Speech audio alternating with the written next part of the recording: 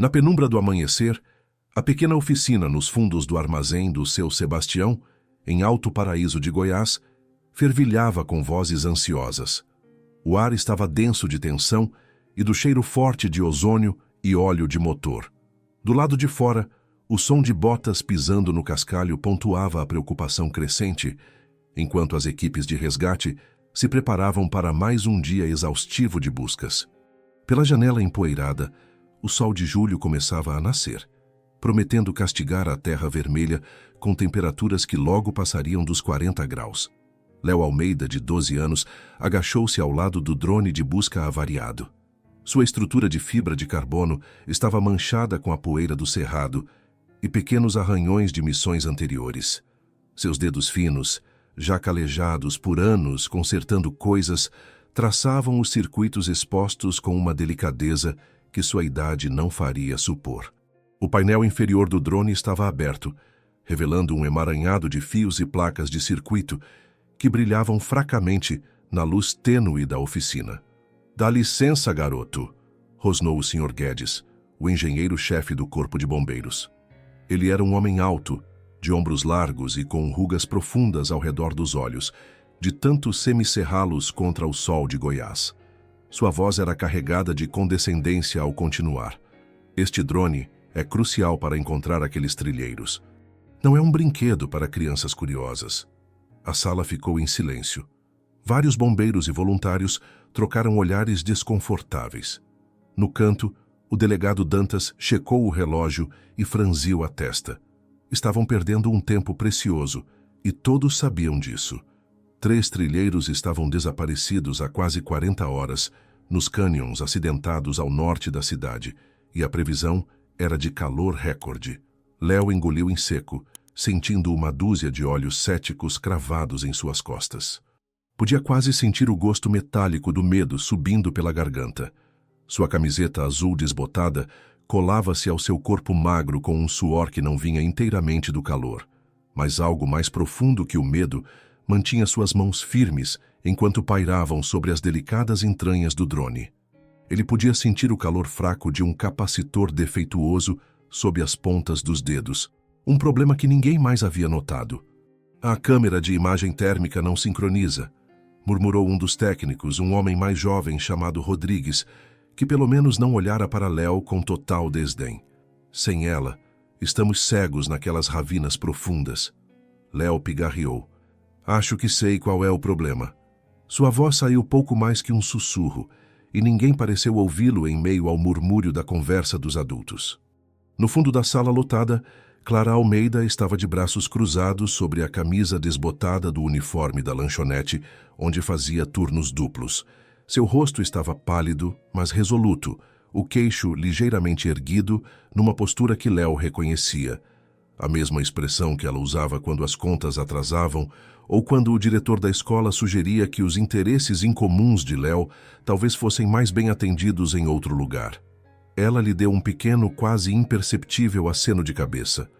Ela o ensinara que, às vezes, as mãos mais simples enxergam o que as mentes mais orgulhosas ignoram. Essa lição o sustentara através de anos, vivendo à margem de uma cidade onde eram mais tolerados do que acolhidos. "Eu conserto", disse Léo com a voz mais firme desta vez. Ele se endireitou, embora mal alcançasse o ombro do Sr. Guedes. "Deixe-me tentar." A sala silenciou novamente, mas de uma forma diferente, menos com tensão e mais com surpresa. O delegado Dantas ergueu uma sobrancelha, seu rosto curtido pelo tempo impossível de ler. "Você?" O Sr. Guedes quase riu, olhando ao redor como se esperasse que os outros compartilhassem de sua incredulidade. Quando ninguém o fez, sua expressão endureceu. "Escuta, garoto, eu aprecio o entusiasmo, mas este é um equipamento especializado. Precisa de um técnico certificado, não de um..."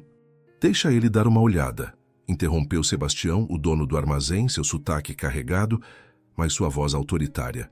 Ele se adiantou, limpando as mãos num pano. "Já vi esse menino consertar coisas que vocês não acreditariam. Minha câmara frigorífica, o notebook da minha filha. Ele tem um dom." O Sr. Guedes ergueu os braços em exasperação. "Não temos tempo para isso. Aqueles trilheiros estão lá há quase 2 dias. Exatamente por isso precisamos daquele drone." Falou finalmente o delegado Dantas, sua voz rouca de anos gritando ordens em incêndios na Chapada. E, neste momento, ele é inútil para nós. Ele se virou para Léo, estudando-o com olhos que não perdiam nada. De quanto tempo você precisa, filho? Léo calculou rapidamente, traçando mentalmente os passos de diagnóstico que precisaria seguir. 1 hora, talvez menos. O Sr. Guedes bufou. Você tem 1 hora, garoto. Depois disso, decolamos sem o drone. A mensagem implícita era clara.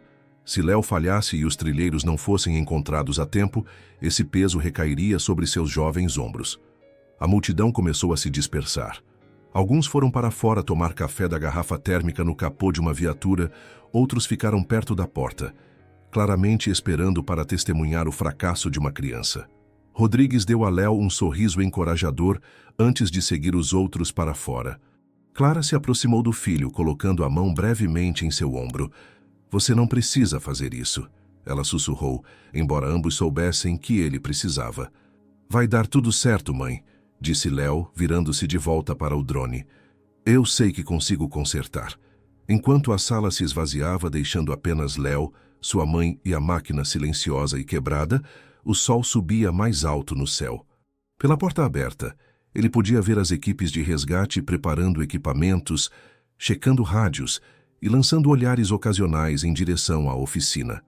Estavam se preparando para ir sem a capacidade crítica de imagem térmica do drone, preparando-se para o que poderia se tornar uma missão de recuperação em vez de um resgate. Léo respirou fundo, deixando o cheiro familiar de solda e eletrônicos acalmá-lo. Ele organizou suas ferramentas, um jogo de chaves de precisão que Clara lhe dera de aniversário, um multímetro que ele havia consertado do lixão da cidade e uma lupa com luz embutida que era sua posse mais valiosa desde os 8 anos. Enquanto o sol ardia lá fora, batendo no telhado de metal da oficina, Léo enxugou o suor da testa e aceitou o desafio que ninguém acreditava que ele pudesse vencer. Mas em seu coração, ao lado do medo, florescia uma certeza silenciosa. Este era o seu momento de provar que em um mundo construído para gigantes, às vezes as mãos mais simples podiam fazer a maior diferença. Léo cresceu em um trailer apertado na periferia de Alto Paraíso de Goiás, onde o vento trazia os cheiros misturados de pequi das árvores e gasolina velha da oficina mecânica próxima. A casa dos Almeida era a última numa fileira de moradias semelhantes, todas castigadas pelo clima severo do Cerrado, mas mantidas com um orgulho que desafiava suas aparências modestas. O trailer deles se destacava pelo pequeno jardim de plantas resistentes à seca e uma bancada de madeira que Clara havia resgatado e montado do lado de fora, onde as noites de verão frequentemente encontravam mãe e filho trabalhando juntos sob o vasto manto de estrelas. Seu pai desaparecera antes que Léo pudesse andar, deixando para trás apenas algumas fotografias desbotadas e uma caixa de ferramentas que Clara guardava debaixo da cama. Ela nunca falava com a amargura do homem que os deixara, mas às vezes Léo a pegava olhando para aquelas ferramentas com uma expressão que lhe apertava o peito. Ela começou a consertar eletrodomésticos velhos para pôr comida na mesa, desenvolvendo rapidamente a reputação de alguém que conseguia trazer de volta à vida máquinas que outros haviam abandonado. Ela ensinou Léo a segurar um ferro de solda antes que ele soubesse soletrar resistor, guiando suas pequenas mãos com paciência infinita. Com calma agora, ela dizia, sua voz gentil, enquanto se debruçavam sobre uma torradeira quebrada ou uma lâmpada piscando. Sente como o metal quer fluir? Esse é o segredo. Você tem que ouvir o que a máquina está te dizendo. Aos 6 anos, Léo conseguia diagnosticar problemas elétricos simples pelo som e pelo toque.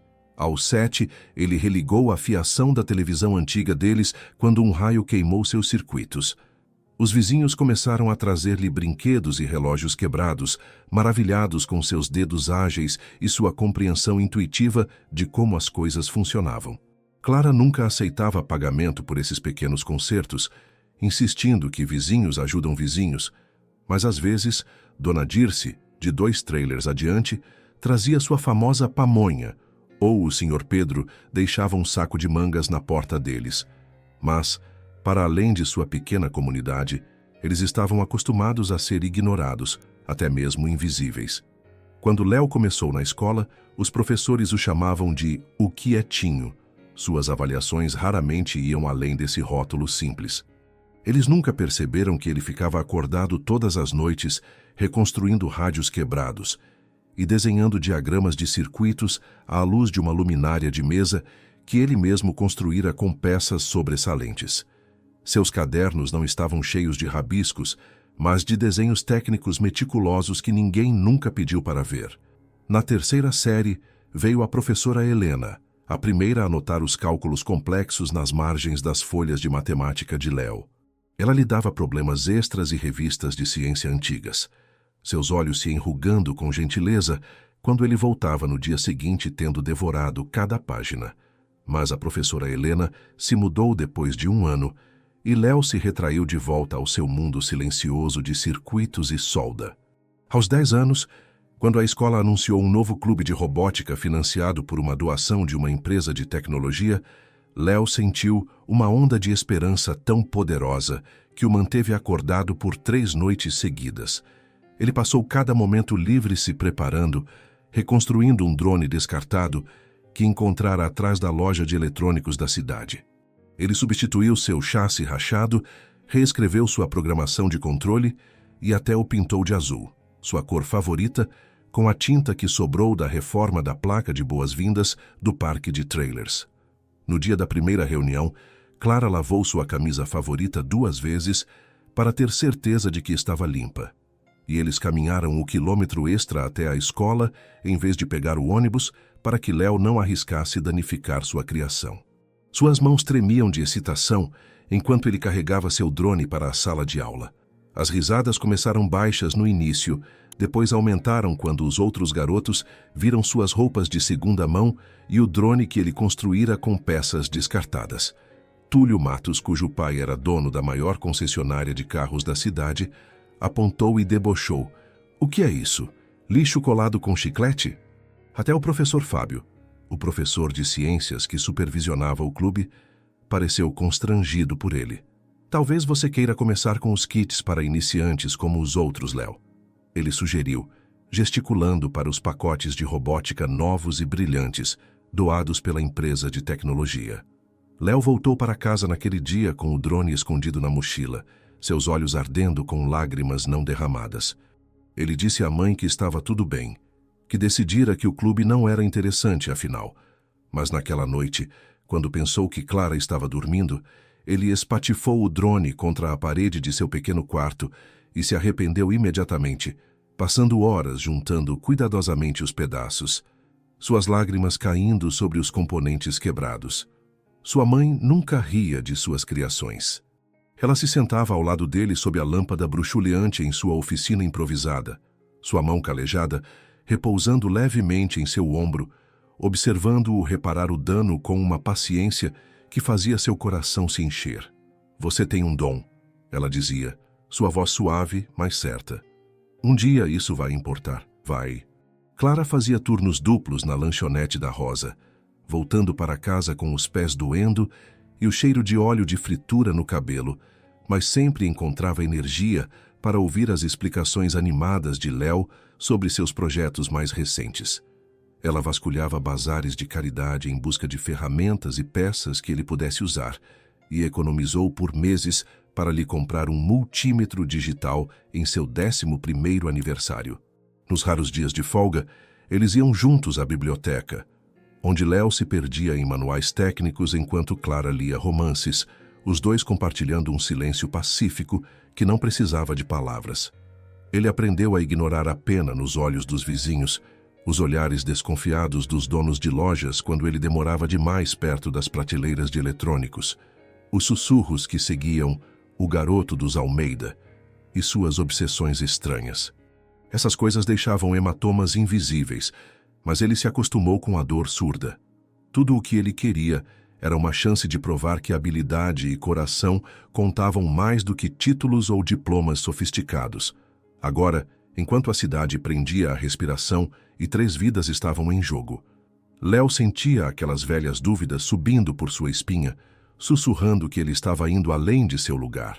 O peso do ceticismo do Sr. Guedes o pressionava como uma força física, mas ele também sentia a fé de sua mãe como uma corrente quente em seu peito, sustentando-o enquanto enfrentava o desafio à frente. Clara tirou um dia de folga inédito da lanchonete quando soube do defeito no drone de busca. Precisam de toda a ajuda possível, ela dissera ao seu gerente surpreso, embora ambos soubessem que as mãos dela não eram as que a equipe de busca estaria chamando. Mas ela reconhecera o olhar nos olhos de Léo quando ele ouviu o delegado Dantas discutindo o problema no balcão da lanchonete. O mesmo olhar que ele tinha sempre que algo quebrado cruzava seu caminho. Agora, debruçado sobre o drone na oficina de Sebastião, sentindo os olhos da cidade em suas costas, Léo tirava força de 12 anos, consertando coisas que outros haviam desistido. Seus dedos se moviam com a confiança nascida de milhares de horas de prática. Ele estava pronto para tentar. Ele sempre esteve pronto. O drone repousava sobre a bancada de madeira riscada, suas entranhas expostas como um pássaro ferido. A luz do sol entrava pelas janelas empoeiradas da oficina de Sebastião, projetando longas sombras no chão de cimento. Lá fora, a temperatura já havia passado dos 35 graus, mas dentro parecia ainda mais quente. O antigo ventilador de teto fazia pouco mais do que remexer o ar abafado. As mãos de Léo tremiam ligeiramente enquanto ele conectava sua ferramenta de diagnóstico caseira, um tablet com a tela trincada que ele salvara da lixeira de eletrônicos da escola, cuidadosamente religado e conectado a um velho osciloscópio que encontrara num bazar de caridade 3 verões atrás. Ele passara inúmeras noites aperfeiçoando o dispositivo, escrevendo seu próprio software, que podia interpretar as sutis assinaturas elétricas de componentes defeituosos.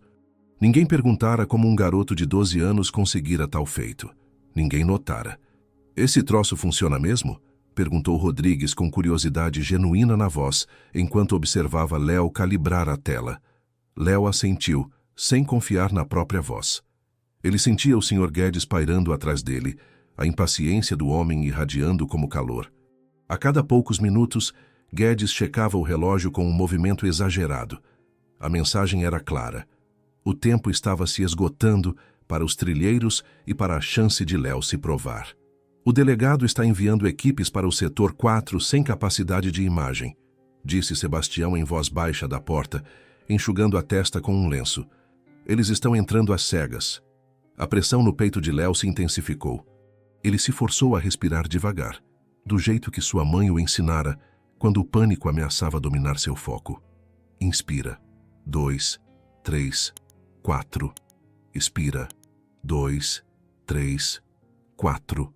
Seus dedos se firmaram. Ele começou a traçar metodicamente o circuito de energia, verificando as leituras de voltagem em comparação com as especificações do drone.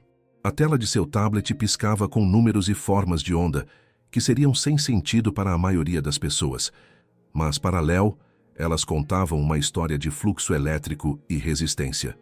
"Aqui", ele murmurou, localizando uma flutuação na fonte de alimentação da unidade de imagem térmica. "A voltagem está caindo quando a câmera tenta inicializar." Ele seguiu o circuito até um capacitor que mostrava sinais de dano por calor. Era sutil, apenas uma leve descoloração em seu invólucro, mas Léo o reconheceu imediatamente. O componente ainda estava funcionando, mas falhando sob carga, incapaz de fornecer energia estável quando os processadores da câmera exigiam. "Preciso trocar isso", disse ele apontando para o capacitor. O Sr. Guedes se inclinou semicerrando os olhos. "Parece bom para mim." "Está degradado", insistiu Léo, sua voz mais firme agora que estava em território familiar. "Não aguenta os picos de energia quando a imagem térmica é acionada." Rodrigues espiou por cima do ombro de Léo. "O garoto pode estar certo, Guedes. Essas unidades sofrem muito no campo." Guedes bufou, mas deu um passo para trás. "Certo. Você tem um substituto para esse componente específico?" "Porque nós não temos." Léo mordeu o lábio. O capacitor era especializado, projetado para operação em altas temperaturas em espaços compactos. Não era algo que se encontraria em eletrônicos do dia a dia. Clara se adiantou de onde estivera observando em silêncio. "E o equipamento médico antigo do Dr. Martins?" Ele não doa peças para a escola às vezes? Sebastião assentiu. Doa sim. Vou ligar para ele. Ele desapareceu na frente da loja, o sino acima da porta tilintando enquanto saía. Enquanto esperavam, Léo continuou seu diagnóstico. O capacitor era o problema principal, mas não o único. O sistema de resfriamento do drone estava parcialmente obstruído com poeira fina do cerrado, e uma das placas de controle do rotor principal mostrava sinais de interferência de sinal. Sebastião voltou 10 minutos depois, com uma pequena caixa de plástico nas mãos. O Dr. Martins deseja boa sorte, disse ele entregando a caixa a Léo. Dentro havia vários componentes eletrônicos, cuidadosamente etiquetados com uma caligrafia caprichada. O coração de Léo deu um salto quando ele avistou exatamente o que precisava. Um capacitor de alta qualidade que seria, na verdade, uma melhoria em relação à peça original do drone. Ele removeu cuidadosamente o componente defeituoso, o cheiro de metal quente e fluxo de solda preenchendo a pequena oficina. Com mãos firmes, ele posicionou o novo capacitor e o soldou no lugar, a gota prateada de solda fluindo suavemente sob seu controle cuidadoso. Em seguida, limpou o sistema de resfriamento usando uma pequena escova e ar comprimido para remover a poeira acumulada. Depois, ajustou a placa de controle do rotor, adicionando um pequeno pedaço de blindagem feito de um retalho de papel alumínio para protegê-la de interferências. A temperatura passou dos 40 graus com a aproximação do meio-dia. O suor pingava da testa de Léo sobre a placa de controle. Ele o enxugou rapidamente, ciente de cada minuto que passava. O tempo está quase acabando, garoto, disse Guedes, seu tom deixando claro que ele esperava o fracasso. Léo conectou a bateria, fechou os painéis de acesso e respirou fundo. Este era o momento da verdade. Ele apertou o botão de ligar. Os LEDs do drone piscaram passando pela sequência de inicialização. Um murmúrio esperançoso percorreu a pequena multidão que se reunira dentro e ao redor da oficina. Os rotores se contraíram e começaram a girar, lentamente no início, depois mais rápido, agitando uma brisa bem-vinda no ar sufocante. No tablet de controle, a interface ganhou vida. O sistema de navegação foi inicializado, as coordenadas do GPS travadas. A câmera padrão foi ativada, mostrando uma visão clara do teto da oficina. Então veio o momento crucial. O sistema de imagem térmica iniciou sua partida. Por um instante, pareceu funcionar. A tela mostrou a assinatura de calor dos humanos na sala, seus corpos brilhando em vermelhos e amarelos contra o fundo mais frio. Então a imagem piscou e morreu. Os rotores falharam e pararam. Um silêncio pesado caiu sobre a oficina. O pânico percorreu as veias de Léo como água gelada. Ele ouviu Guedes sussurrar para outro engenheiro. Ele está desperdiçando nosso tempo. Deveríamos ter chamado Goiânia para uma substituição horas atrás. Léo recuou enxugando o rosto com uma manga trêmula. Talvez Guedes estivesse certo. Talvez ele fosse apenas um garoto brincando com coisas que não entendia completamente. Se o drone não voasse, as equipes de busca perderiam horas preciosas em sua caça aos trilheiros desaparecidos. E se os trilheiros morressem perdidos no cânion, a culpa seria dele. Sua visão embaçou com lágrimas não derramadas. Ele as piscou de volta furiosamente, não querendo chorar na frente daquelas pessoas que já pensavam tão pouco dele. Clara se aproximou. O que aconteceu? Ela perguntou suavemente, para que só ele pudesse ouvir. Não sei, ele sussurrou de volta. O capacitor deveria ter resolvido. A energia está estável agora, mas algo mais está errado. Ela apertou seu ombro. Então encontre. Você consegue. Léo respirou fundo outra vez e se inclinou para mais perto do drone, examinando-o com determinação renovada. Ao inclinar o dispositivo em direção à luz, algo chamou sua atenção. Uma rachadura finíssima perto do módulo de GPS, quase invisível sob a poeira. Era tão sutil que seria perdida por qualquer um que não estivesse procurando por ela. Uma fratura na própria placa de circuito, em vez de um componente defeituoso. Seu pulso acelerou. Os sistemas de GPS e imagem térmica compartilhavam dados através daquela via do circuito. Se a conexão fosse intermitentemente quebrada pela rachadura, explicaria por que a câmera térmica falhava durante a operação. Ainda não terminei, ele murmurou para si mesmo, a primeira centelha de determinação retornando ao seu peito.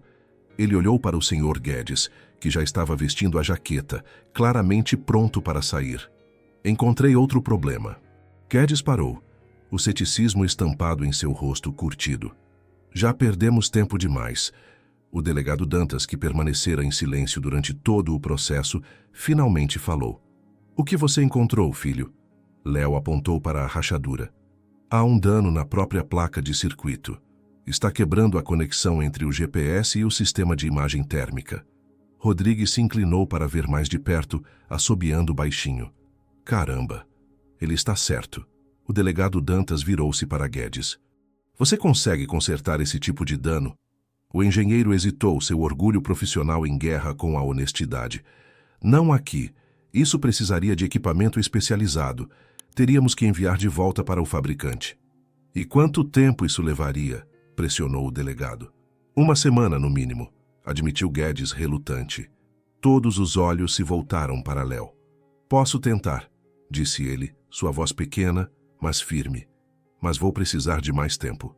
O delegado Dantas o estudou por um longo momento, depois assentiu. Você tem até o pôr do sol. Aqueles trilheiros não sobreviverão a outra noite lá fora sem água. Enquanto as pessoas começavam a sair da oficina abafada, discutindo planos de contingência e padrões de busca alternativos, Léo permaneceu debruçado sobre o drone, o desafio à frente simultaneamente aterrorizante e estimulante. Clara lhe trouxe uma garrafa de água, com gotículas de condensação em sua superfície. Beba, ela insistiu. Você não consegue pensar se estiver desidratado. Ele engoliu a água avidamente, sua mente já correndo por possíveis soluções, calculando o delicado reparo que seria necessário para fazer a ponte no circuito danificado sem comprometer a placa inteira. Não sei se consigo fazer isso, mãe, ele admitiu em voz baixa quando estavam sozinhos. Ela o olhou firmemente, sua fé inabalável. Você se preparou para isso a vida toda, Léo. Não apenas as habilidades técnicas, mas a coragem de tentar quando todos os outros desistiram. Ela afastou uma mecha de cabelo de sua testa úmida. Esse é o seu verdadeiro dom. Léo assentiu, tirando forças da certeza dela. Enquanto a tarde se estendia à frente, ele reuniu suas ferramentas e se preparou para tentar o que até mesmo engenheiros profissionais consideravam impossível. O peso da responsabilidade o pressionava, mas por baixo dele, uma semente de confiança começou a crescer. A noite caiu sobre a oficina, trazendo pouco alívio do calor. As equipes de busca haviam retornado à base, pois a escuridão tornava o terreno do cânion perigoso demais para navegar. Eles se amontoavam ao redor de rádios portáteis na loja de Sebastião, as vozes frágeis de urgência enquanto coordenavam os planos para o amanhecer. Os relatórios do campo eram sombrios. Garrafas de água vazias encontradas perto de uma trilha falsa, um chapéu descartado pertencente a um dos trilheiros desaparecidos, mas nenhum sinal de sobreviventes. Léo se recusou a descansar.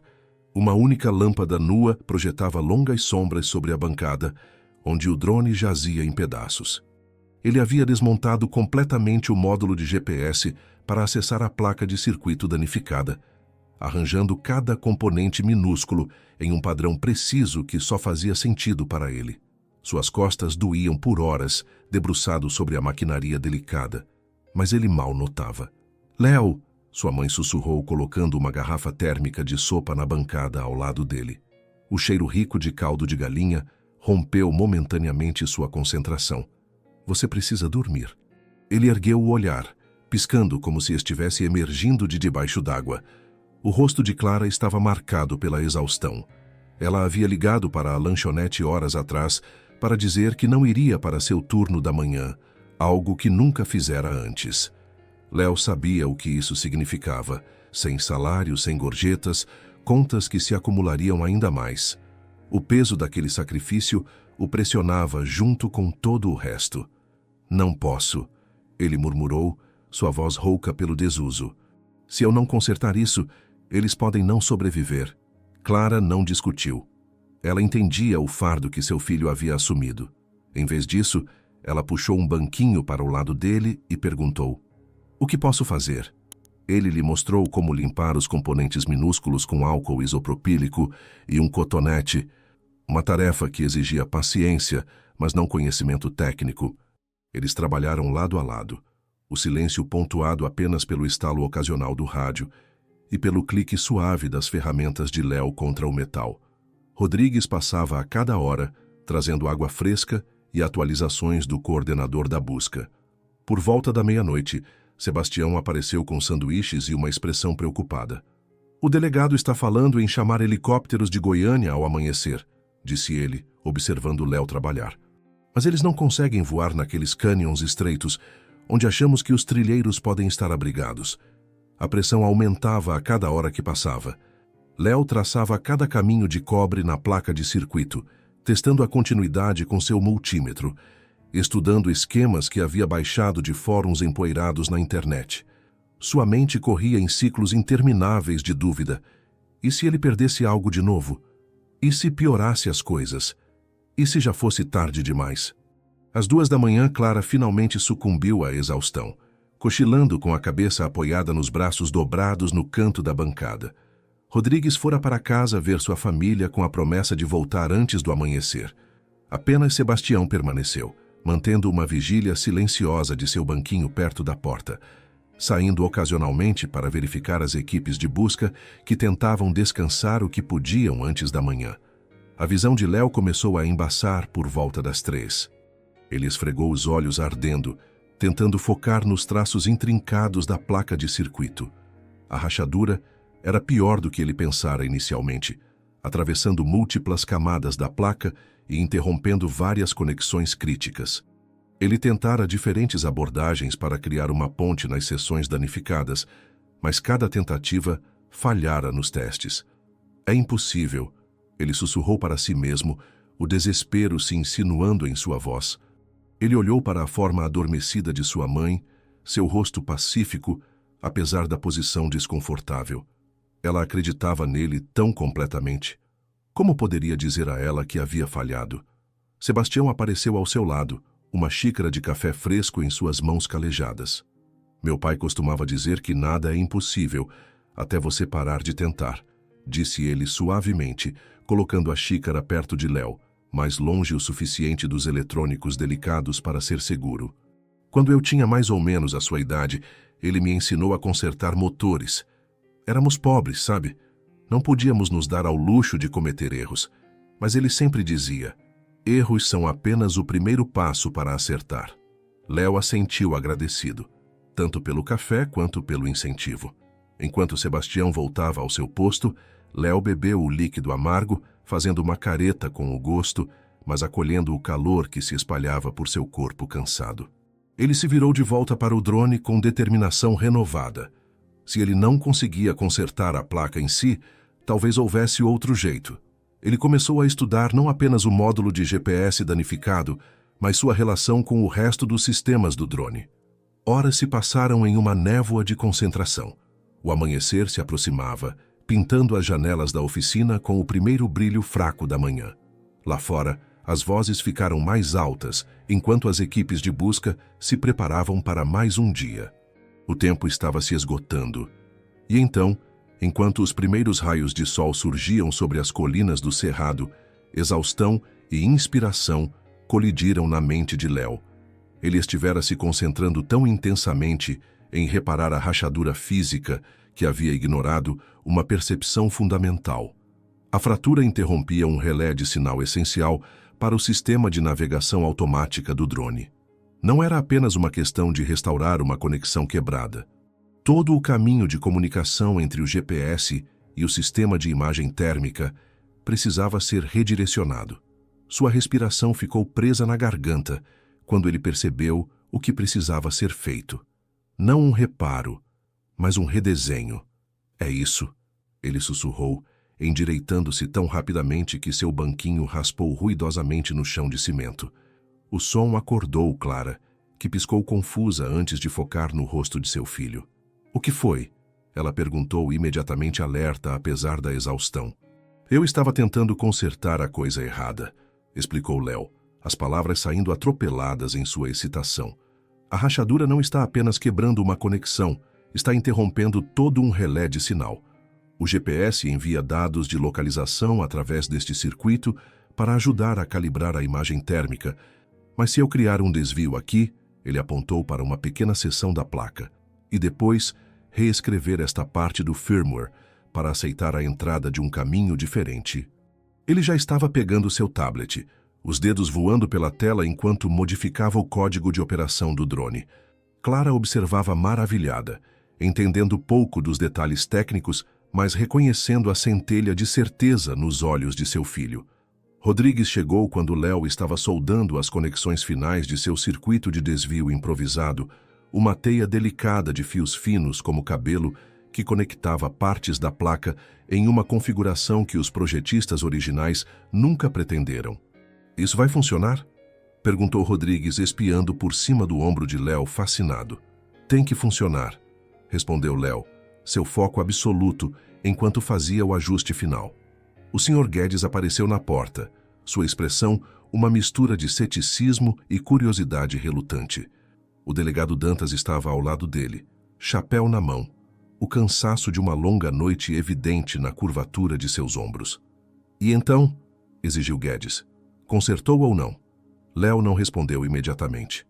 Ele estava enviando o firmware modificado para o computador de bordo do drone, observando a barra de progresso avançar lentamente na tela de seu tablet.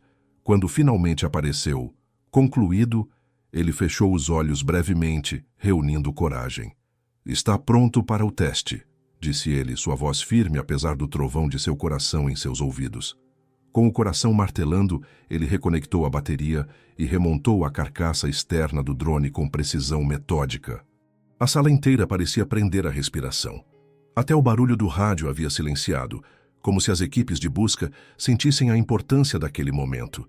Enquanto os primeiros raios de sol iluminavam a oficina, Léo endireitou os ombros, sabendo que uma mão firme e uma junta de solda mais fina que um fio de cabelo eram tudo o que separava o sucesso da derrota, entre a vida e a morte para 3 estranhos perdidos na natureza. "Vamos tentar", disse ele simplesmente, alcançando o interruptor de energia. A luz da manhã entrava pelas janelas empoeiradas, projetando retângulos dourados no chão da oficina. O ar estava pesado de expectativa, enquanto Léo fazia seus preparativos finais. Toda a equipe de busca se reunira ao redor da bancada, alguns de braços cruzados em ceticismo, outros inclinados para a frente com esperança indisfarçada. Léo exalou lentamente, concentrando-se enquanto colocava o microferro de solda contra o relé fraturado uma última vez. Seus dedos se moviam com precisão cuidadosa, cada movimento guiado por horas de prática em seu pequeno trailer. O silêncio na sala era quebrado apenas pelo suave silvo do ferro e pelo chamado distante de um pássaro do cerrado lá fora. O cansaço da noite sem dormir pesava sobre ele, mas suas mãos permaneceram firmes. Este era o momento para o qual tudo o levara. Cada eletrodoméstico descartado que ele resgatara, cada circuito que traçara com uma lanterna debaixo das cobertas, cada olhar de desdém que suportara de pessoas que viam apenas um garoto pobre com hobbies estranhos. Ao seu redor, a equipe de busca se movia inquieta. O Sr. Guedes checou o relógio pela 12ª vez, sua impaciência uma força palpável. Clara estava um pouco afastada, sua presença uma âncora silenciosa na tempestade da concentração de Léo. "Seu tempo acabou", disse Guedes secamente. "A equipe de Goiânia está de prontidão. Precisamos tomar uma decisão." O delegado Dantas ergueu uma mão. "Dê ao garoto 1 minuto para terminar." Léo ignorou os dois. O ferro se levantou, o fio prateado de solda esfriou, ligando o delicado circuito de desvio que ele criara. Ele fechou o painel de acesso com um cuidado reverente. Depois conectou a bateria. "Lá vamos nós", ele murmurou, mais para si mesmo do que para os espectadores. Ele apertou o botão de inicialização. Os LEDs de status do drone piscaram, vermelho, depois âmbar, enquanto o sistema passava por sua sequência de inicialização. Os segundos se estenderam por uma eternidade, enquanto todos na sala prendiam a respiração. Então, como uma constelação nascendo, os LEDs mudaram para um verde brilhante. Um zumbido fino subiu dos rotores enquanto eles começavam a girar, o som crescendo de um sussurro para um zumbido confiante. Léo acionou os controles em seu tablet. O drone subiu no ar quente da manhã, estabilizando-se em um voo pairado impecável a 1 metro acima da bancada. Na tela, a câmera de imagem térmica foi ativada, pintando a sala em azuis e vermelhos, um mapa de calor perfeito de cada pessoa presente. Um suspiro coletivo varreu o pátio. Alguém começou a aplaudir, depois outro, até que uma onda de aplausos encheu o pequeno espaço. Rodrigues soltou um grito que fez Léo pular. Ele conseguiu! O moleque conseguiu mesmo! O Sr. Guedes piscou, sua expressão passando por incredulidade, confusão e, finalmente, algo que se aproximava de respeito. Sabe como você... Ele começou, depois parou, parecendo sem palavras. Léo não respondeu. Seu coração estava muito cheio, sua garganta muito apertada de emoção para falar. Ele guiou o drone em um cuidadoso padrão de teste pela sala, verificando cada função metodicamente, apesar da celebração que explodia ao seu redor. O sistema de navegação respondia perfeitamente, as coordenadas do GPS travadas e estáveis. A câmera de imagem térmica renderizava assinaturas de calor nítidas e detalhadas, que seriam visíveis mesmo nas profundezas sombrias dos cânions. Quando ficou satisfeito que tudo estava funcionando corretamente, Léo entregou o tablet de controle ao delegado Dantas. Está pronto, disse ele simplesmente. O delegado pegou o tablet com mãos cuidadosas, estudando a interface com foco intenso. Rodrigues, carregue as coordenadas da última grade de busca. Guedes, instrua sua equipe sobre os parâmetros da imagem térmica. Sua voz estava firme, mas Léo percebeu o brilho de esperança que não estava lá antes. A sala explodiu em ação. Membros da equipe de busca correram para pegar equipamentos, rádios crepitaram com instruções atualizadas, e o drone foi cuidadosamente movido para fora, para a área de lançamento. Em meio ao caos controlado, o Sr. Guedes se aproximou de Léo. O rosto curtido do engenheiro estava solene, sua condescendência anterior substituída por uma humildade relutante. Eu estava errado sobre você, ele admitiu em voz baixa. O que você fez com aquele circuito de desvio? Trabalho com esses sistemas há 15 anos e não teria pensado nessa solução. Léo assentiu sem saber como responder a esse reconhecimento inesperado. Guedes continuou. Foi um trabalho de solda impressionante, especialmente naquelas microconexões. Onde você aprendeu a fazer isso? Minha mãe me ensinou o básico, disse Léo olhando para Clara, que estava ajudando Rodrigues a embalar baterias extras para o drone. O resto eu aprendi em manuais de reparo antigos e vídeos na internet. Guedes balançou a cabeça maravilhado. Bem, você tem futuro nesta área se quiser. Ele estendeu a mão, o gesto tão formal quanto uma condecoração. Léo hesitou apenas um momento antes de apertá-la, sentindo os calos que combinavam com os seus, a marca compartilhada de pessoas que construíam e consertavam coisas com as próprias mãos. Lá fora, os preparativos para o lançamento estavam completos. Léo seguiu a equipe para o sol escaldante da manhã, onde a temperatura já subia em direção aos 40 graus. O drone estava sobre uma pequena mesa dobrável, rotores parados, esperando por sua missão. O delegado Dantas se dirigiu aos pesquisadores reunidos, sua voz ecoando pelo pátio empoeirado. Graças a uma ajuda inesperada, agora temos capacidade total de imagem térmica para a busca. Isso aumenta drasticamente nossas chances de encontrar nossos trilheiros desaparecidos vivos. Ele acenou para Léo. Às vezes, a ajuda vem de onde menos esperamos. Um bombeiro que Léo não reconheceu pousou a mão em seu ombro, a voz rouca de gratidão. Garoto, você acabou de salvar vidas hoje. Não se esqueça disso. As palavras simples atingiram Léo com uma força inesperada. A vida inteira ele consertara coisas, torradeiras quebradas, lâmpadas piscando, eletrônicos descartados. Mas isso era diferente. Não se tratava de restaurar a função de um objeto. Tratava-se de criar a possibilidade de resgate, de sobrevivência, de famílias não receberem a pior notícia imaginável. Pela primeira vez, Léo sentiu o doce peso do respeito se estabelecendo sobre ele. Não pena ou tolerância, mas respeito genuíno pelo que suas mãos e sua mente podiam realizar. A missão do drone foi explicada à equipe reunida.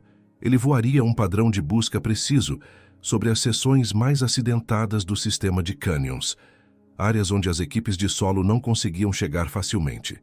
Sua imagem térmica detectaria assinaturas de calor humano mesmo sob a cobertura de árvores ou em saliências sombrias onde os trilheiros poderiam ter procurado abrigo do sol brutal. Rodrigues pilotaria o drone, enquanto o Sr. Guedes monitoraria a transmissão da imagem térmica. Uma equipe médica estava pronta para ser acionada no momento em que quaisquer sobreviventes em potencial fossem localizados.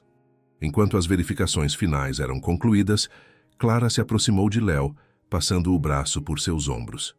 Eu sempre soube, ela sussurrou, a voz embargada de orgulho. Soube o quê? Perguntou Léo, inclinando-se em seu abraço. Que suas mãos foram feitas para coisas importantes. Ela beijou o topo de sua cabeça, um gesto que não fazia desde que ele era bem mais novo. Estou tão orgulhosa de você, meu menino brilhante. Os rotores do drone ganharam vida, enchendo o ar com seu zumbido determinado. Ele subiu suavemente, pairou por um momento como se estivesse se orientando e então disparou para a frente com precisão, subindo rapidamente até se tornar apenas uma pequena forma contra o vasto céu azul.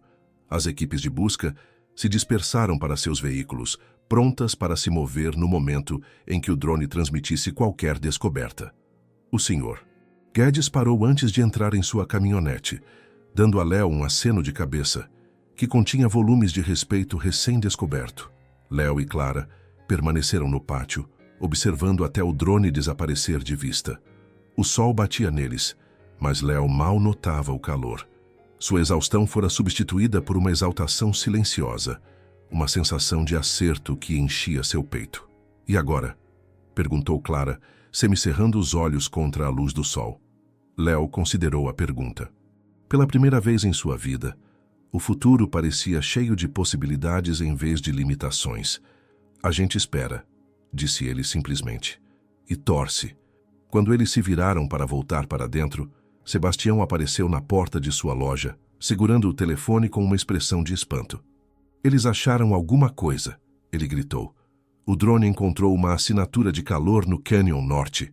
O coração de Léo deu um salto.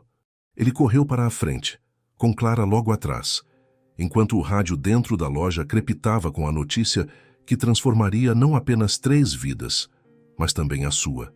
2 dias depois, Alto Paraíso fervilhava com a história do resgate bem-sucedido. Os trilheiros foram encontrados amontoados em uma ravina estreita, desidratados e queimados de sol, mas vivos, graças à capacidade de imagem térmica do drone consertado. Eles haviam se desviado da trilha marcada, se desorientado no labirinto de canyons e ficado sem água muito mais rápido do que haviam previsto no calor brutal. Outra noite, expostos aos elementos, teria sido fatal. O jornal local publicou um artigo de primeira página com a manchete Engenhosidade de garoto local salva trilheiros perdidos. Havia até uma fotografia de Léo, de pé, sem jeito, ao lado do drone, parecendo ao mesmo tempo orgulhoso e envergonhado com a atenção. Pela primeira vez na vida, as pessoas olhavam para ele com algo além de indiferença ou pena. A história se espalhou para além de Alto Paraíso também. Uma emissora de notícias de Goiânia enviou um repórter para entrevistá-lo, e um blog de tecnologia publicou um relato detalhado de seu circuito de desvio improvisado, elogiando sua elegante simplicidade. O telefone no trailer dos Almeida tocou mais vezes em 2 dias do que no ano anterior. Léo sentou-se nos degraus da oficina, nos fundos do armazém do seu Sebastião, observando o pôr do sol manchar o céu em tons de pêssego e violeta. O ar havia esfriado um pouco com a chegada da noite, embora o calor ainda irradiasse da terra vermelha. Os degraus de metal estavam quentes sob ele, e os cheiros familiares de óleo e poeira traziam um estranho conforto após o turbilhão de atenção. Ele viera ali, em busca de um momento de silêncio. As últimas 48 horas foram avassaladoras. Estranhos o parando na rua para apertar sua mão. Professores que mal o notavam antes de repente exaltarem seu potencial. Até mesmo Túlio Matos, do Clube de Robótica, perguntando se Léo poderia lhe mostrar como modificou o firmware do drone. A porta da oficina rangeu ao se abrir atrás dele. Sebastião surgiu com 2 garrafas de guaraná, entregando uma a Léo antes de se sentar no degrau, com um gemido que falava de articulações envelhecidas.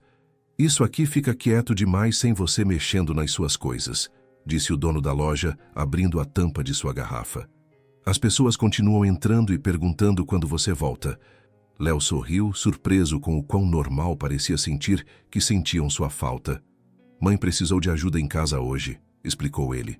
Mas amanhã estou de volta. O Sr. Guedes disse que vai me ensinar a calibrar o altímetro do drone corretamente. Sebastião assentiu, tomando um longo gole de seu refrigerante. Ele é um homem diferente desde que você consertou o que ele não conseguiu. Mais humilde. É bom para ele. Ele estudou Léo por um momento. E você? Como está se sentindo com toda essa atenção? Léo considerou a pergunta, rolando a garrafa gelada entre as palmas das mãos. É estranho, admitiu ele. Mais estranho. Como se todo mundo pudesse me ver de repente, quando eu fui invisível por tanto tempo. Você nunca foi invisível, meu filho, disse Sebastião gentilmente. Algumas pessoas só não estavam olhando direito. Eles ficaram sentados em um silêncio companheiro, enquanto os últimos raios de sol desapareciam do céu. À distância, um helicóptero de resgate voltava para a base, suas hélices batendo um ritmo constante contra o crepúsculo que se aproximava. A porta se abriu novamente e Clara se juntou a eles, sentando-se no degrau ao lado do filho. Ela entregou uma carta, um envelope branco e nítido com um logotipo de aparência oficial no canto. Isso chegou para você hoje, disse ela, sua voz cuidadosamente neutra, embora Léo pudesse ver a excitação dançando em seus olhos.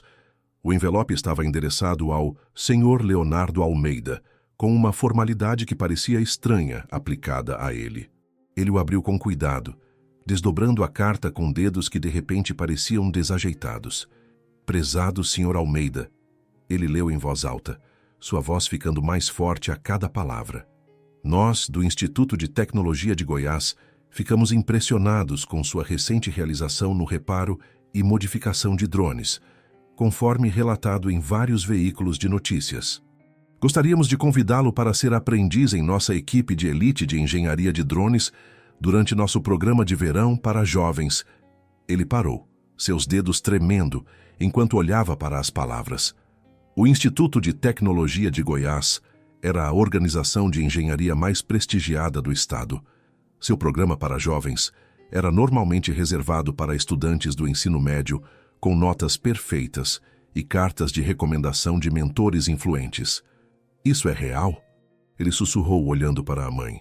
Clara assentiu, lágrimas brilhando em seus olhos. O Dr. Evaristo, o diretor do programa, ligou pessoalmente para confirmar nosso endereço.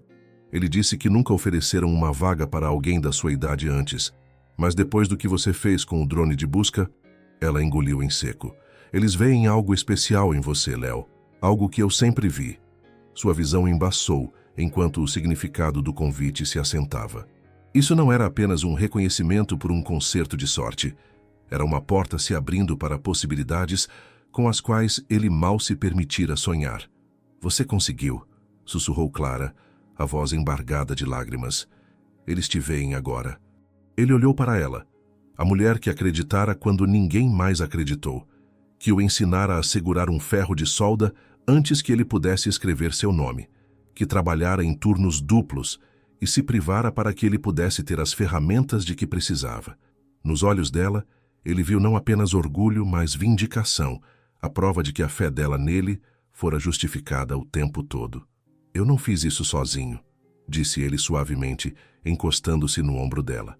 Ela pressionou a testa na dele, um gesto que eles haviam compartilhado em inúmeros momentos de dificuldade e alegria. Talvez não, mas você foi corajoso o suficiente para tentar quando todos os outros haviam desistido. Essa coragem veio de dentro de você. Sebastião pigarreou, claramente emocionado, mas tentando esconder. Isso pede uma comemoração. Lanchonete da Rosa amanhã? É por minha conta. Clara riu, enxugando os olhos. A Rosa está me oferecendo folga remunerada na próxima semana. Diz que é o mínimo que ela pode fazer pela mãe do herói da cidade. Léo corou com a palavra herói. Ele não se sentia um herói, Apenas um garoto que vira um problema que podia resolver quando outros não podiam. À distância, ele ouviu o zumbido fraco de um drone voltando da patrulha, vivo porque ele não desistira. O som era diferente agora, carregando possibilidades em vez de limitações. Talvez um dia, ele projetasse drones que pudessem ir a lugares onde os humanos não podiam, que pudessem ajudar mais pessoas, salvar mais vidas. As primeiras estrelas apareceram acima deles, diamantes espalhados pelo azul que se aprofundava. Léo fechou os olhos, deixando o vento quente da noite tocar seu rosto, trazendo o cheiro de sálvia e promessa. Uma pequena voz podia importar. Um coração silencioso podia mudar tudo. E as mãos de um garoto podiam consertar o que todos os outros haviam desistido. O aprendizado começaria em 3 semanas. Até lá, ele continuaria trabalhando na oficina de Sebastião, aprendendo tudo o que o Sr. Guedes, de repente, estava ansioso para lhe ensinar. Rodrigues já havia perguntado se Léo poderia dar uma olhada no projeto de ciências de sua filha, um pequeno robô que insistia em virar para a esquerda, e o doutor Martins o convidara para ver o equipamento médico que usava em sua clínica. Portas se abriam ao seu redor, caminhos aparecendo onde antes só havia muros. Mas naquele momento, sentado entre sua mãe e seu amigo nos degraus gastos de uma oficina que cheirava a óleo e possibilidade, Léo estava contente simplesmente por ser visto. Paixão, ele sussurrou, as palavras vindo de um lugar profundo dentro dele. É apenas amor que se recusa a desistir. Clara apertou sua mão, entendendo sem explicação como sempre fizera. Acima deles, as estrelas continuavam a surgir, cada uma um ponto de luz na vasta escuridão, cada uma um lembrete de que, às vezes, as coisas mais pequenas brilham mais intensamente. E no trailer dos Almeida naquela noite, uma pequena luminária de mesa queimaria até tarde, enquanto um garoto de dedos ágeis e um coração recém-confiante começava a esboçar projetos para um drone próprio. Um que voaria mais alto e veria mais longe do que qualquer outro que já existira. Não porque ele tivesse mais algo a provar, mas porque descobrira algo a dar. E nessa descoberta, Léo Almeida encontrara não apenas sua habilidade, mas seu propósito.